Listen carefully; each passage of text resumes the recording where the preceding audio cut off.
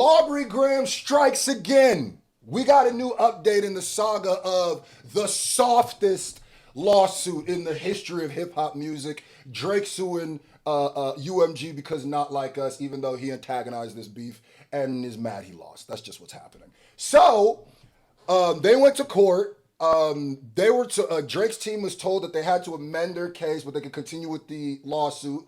And now we have the new amendment just dropped, new complaint just dropped. Drake dropping more complaints than he is music. So let's get right into it.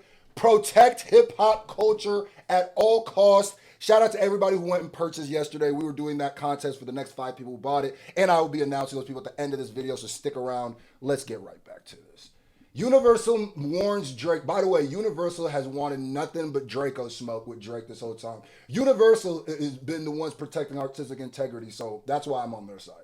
Universal warns Drake, be careful what you wish for, as rapper updates complaint to target Kendrick Lamar's Super Bowl show. They said, stop playing with me before I turn you to a song. Bruh, the way Universal's been, hey, be careful. This ain't what you want. That's what they say. This what you want? This the issues you want? All right, let's go then. So, UMG has issued a warning to Drake following Drake issuing complaints. They issuing warnings. Following the rapper's decision to amend his defamation lawsuit with new claims targeting Kendrick Lamar's Super Bowl halftime show. Ugh. How does Drake... This is the same person who says he wants a real actual fade with Kendrick. He wants to go behind a gym and fight, but he can't stand a lyrical fade. He's suing over that. The Karen of hip hop is back. Be careful for what you wish for. The music giant warns Drake in a statement issued to MBW on Wednesday, stating that the artist's continued legal battle exposes him to legal discovery. Ooh. Hold on, we're going to talk about that. 2 weeks ago, his representation celebrated a win, in quotes, the granting of a routine discovery of motion, which is routine. That's not really a win because UMG can do the same thing with this amendment and try to dismiss it. So it's really just prolong things. It didn't really do anything. That win will become a loss if this frivolous and reckless lawsuit is not dropped in its entirety, because Drake will personally be subject to discovery as well. Uh-oh. This is what I've been saying. This is what I've been saying. What does UMG know about Drake? Is this worth it? Because I've been saying, like, man, I don't know, bro. This is if niggas know your secrets, it's gonna be UMG. Especially when it comes to maybe tearing down this whole I was the hottest person for this amount of time type thing. And now that UMG is openly saying, be careful, I think that means they got something that Drake should definitely be careful about. And I also think it's not a coincidence that those DMs with academics leaked, that more reference tracks might have leaked, whether it's the 5M. I don't think this is all coincidence, bro. I don't think you go to war with the people. Don't tell no lies about me. I won't tell no truths about you. Don't go to war with niggas who know where the bodies are hidden. Don't do that. Anyway, the statement comes as Drake, which is a hilarious response. On Wednesday, filed an amended complaint in Manhattan federal court, further escalating his ongoing battle with the music giant. Ugh. The 107-page filing now references NFL's decision to censor the word certified PDF from Kendrick Lamar's Not Like Us performance during the Super Bowl halftime show in February. It was first and will hopefully be the last Super Bowl halftime show orchestrated to assassinate the character of another artist, according to Drake's latest complaint. Drake, how?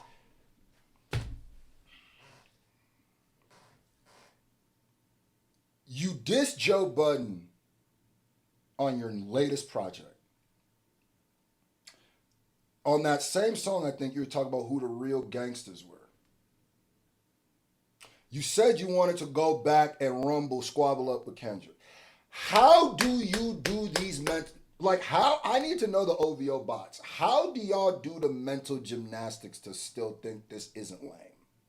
Because he's trying to have it both ways. He's trying to be the bully tough guy, but then also be the biggest softy that there's ever been in the history of hip hop or battle rap in general. He's willing to tank and torch artistic expression and ruin hip hop because he lost the battle that he egged on. Even though when it was back to back, he was performing it everywhere he wanted to. He was doing memes, they were going viral. He was doing everything he wanted to. And then now he's doing this. Bro, at this point, the only people who are trying to act like niggas don't understand, or trying to act like they don't understand why actual fans of hip hop would be against Drake now are the worst, most parasocial, most literally have a sickness OVO stands. Those are the, and I'm gonna even keep it tall. They know what this looks like. Because had this been Kendrick, they would have been the first people to be saying what all regular people are saying right now. And this is another thing we got to put out at this point now. The only people going to say it is probably going to have, you probably go on their Twitter page, it's probably a picture of Drake or something that has to do with Drake. Their banner's probably something that has something to do with OVO, and they're probably a part of an OVO community. Where you literally don't even know these people. You will never be able to find these people identity or who they really are, because that is what's called making your identity somebody else. It's one thing to be like say like you're the biggest Patriots fan in the world, right? Someone goes to your Twitter page, it's a picture of you wearing like Patriots gear and you tweet about that's different, right? You're just a big fan. If I go to your page and go, oh, Tim is a very big Patriots fan, that's not being a parasocial, making your identity them. If I go to your page and I can't say Tim, I don't know Tim is a fan, I just know that there's a fan here, that is you being parasocial, if niggas want a definition. If we don't know who you really are and all we know is your identity vicariously through the thing you stand, you're a weirdo, bro. So that's the difference. You could be a mega fan of something. When you have erased your own identity to take on the identity of something else, you have a sickness. All right. And your opinion on this case doesn't matter anymore. Your opinion on this battle never mattered. And I'm probably only going to interact with you on Twitter to troll and engagement with you because I get paid for it. So might as well use you because you're stupid. But anyway, I just had to put that out there as a disclaimer because no regular people are even on that side anymore. The Canadian rapper, the legal team, argued that while televised... Oh yeah, by the way, the Super Bowl halftime show was orchestrated to assassinate your character is the most pompous statement because a nigga performed his diss track on you. He performed a bunch of songs that weren't dissing you. He did a bunch of stuff. And I know that maybe some of y'all aren't smart enough to get the whole performance and you just literally heard Not Like Us. But like to say that his whole Super Bowl thing was to take down Drake is, stop it, bro. Only a nigga like Drake would think that. The Canadian, anyway. They further argued that Lamar would not have been permitted to perform during the Super Bowl unless the word PDF was omitted from the lyrics. That is because nearly everyone understands that this is defamatory to falsely brand someone a certified... That's not why. It's because it's the Super Bowl halftime show. And you're not going to be able to say PDF. You're just not going to be able to say that. What? What? You made that about that? You think the NFL did that? Why would they have him perform the song, you idiots? Like, what?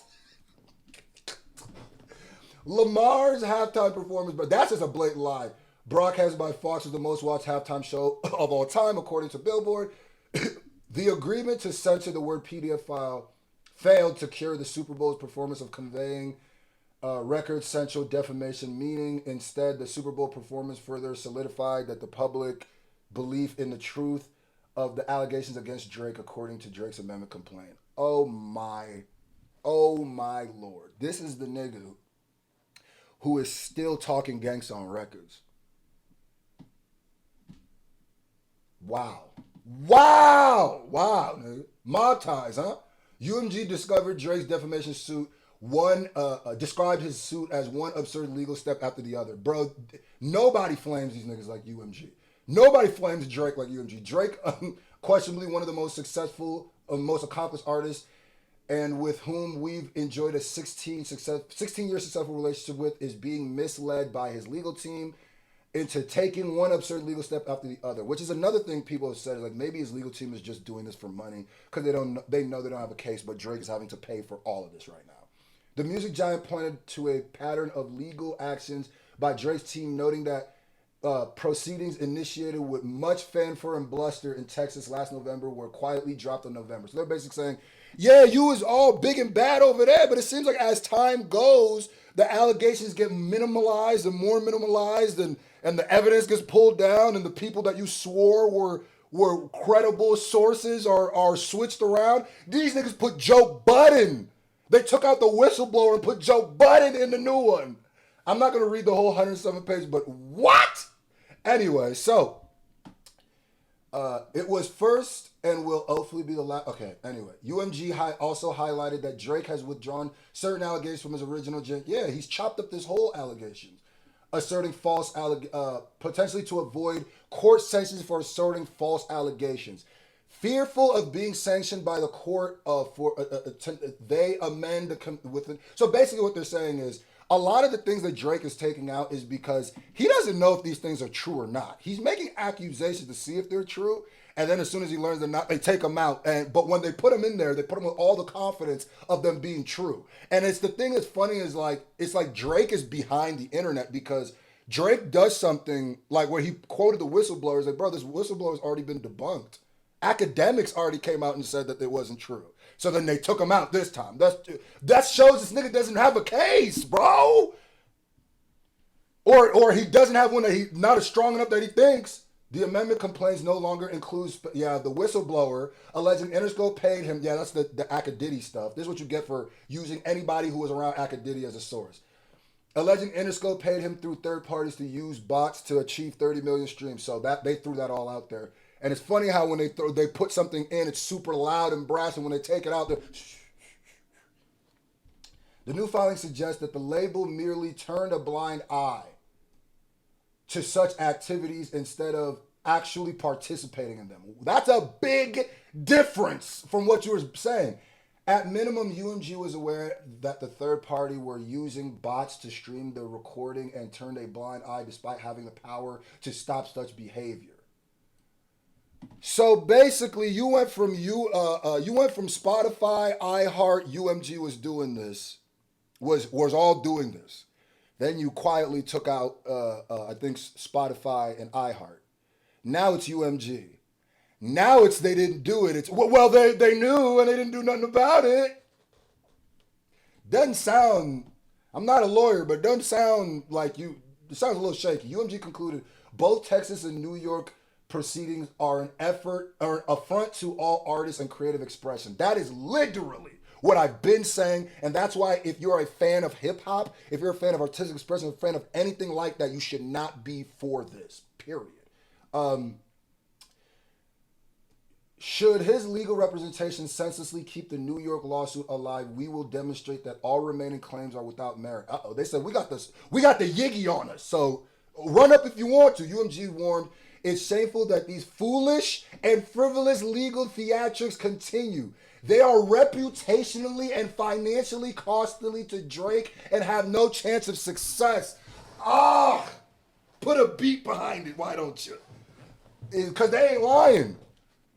Drake's suing for the damages of Not Like Us. Meanwhile, this case has damaged your reputation way more than that diss track, which makes all of this frivolous because it's like you will always be hip hop's Karen. You will always be lame for this. You will no matter every time you want to get gangster on your records, which you still do for some reason, or want to act tough. We're gonna go back to be like, well, we're not even gonna talk to you like that because you police, nigga. Drake, you police, nigga. You police. Know that you police. It's okay, but you police. When it comes to hip hop and battle rap, you police. UMG has 21 days or until May 7th to file another motion to dismiss, which, they could just file again. Notably, that day marks the anniversary of the alleged violence that occurred to Drake's Toronto house 3 days after Lamar's Not Like Us dropped. The same day, Drake's OVO clothing store was allegedly vandalized with graffiti that read Not Like Us, even though Kendrick had his mural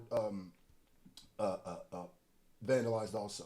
Drake amended filing comes 2 weeks after Judge Vargas in New York ruled that the discovery process in the defamation case can begin. UMG and Mars asked the judge for a stay of discovery for a lawsuit on the day. So basically, no, they couldn't stay. And then the quotes is everything else. So, well, we'll see what UMG knows. It sounds like UMG knows something. We'll see.